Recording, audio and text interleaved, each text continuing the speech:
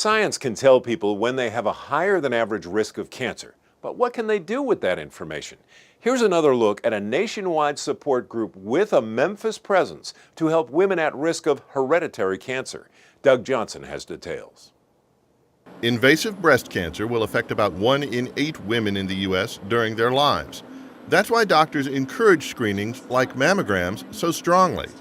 If the disease happens, the earlier it's found, the sooner it can be treated. But for some women, the risk is even higher because of inherited changes in certain genes. Mutations in the BRCA1 and BRCA2 genes means a much higher risk of disease. Knowing they had inherited gene mutations led two Mid-South women, Michelle Malone and Irene Rada, to not wait. Both underwent surgery to remove their breasts, rather than wait for an almost certain cancer diagnosis. In comparison, I would say it was an easy decision because it was the best option, but it's never emotionally a very easy thing to do because it's part of your body. And as a woman, and especially for me, my breasts defined a lot of my femininity and who I was as a woman. There are specially trained genetic counselors who work with doctors to help women find out whether they have a genetic risk of cancer, and those counselors can help women get through the process. But both Rada and Malone found another source of help, a group called FORCE, Facing Our Risk of Cancer Empowered. Women who have gone through the same thing, ready to offer an ear, a shoulder, a doctor's name, or any other help they can to help others get through the process. I did kind of seek out some local support groups, and everything that I found was geared towards breast cancer survivors and people who had mastectomy because they'd already had gotten cancer.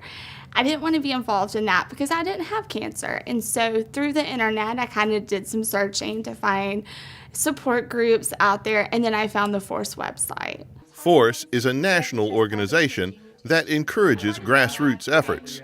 Irene was living in Boston when she met Michelle, who lives in Mississippi, on an internet message board.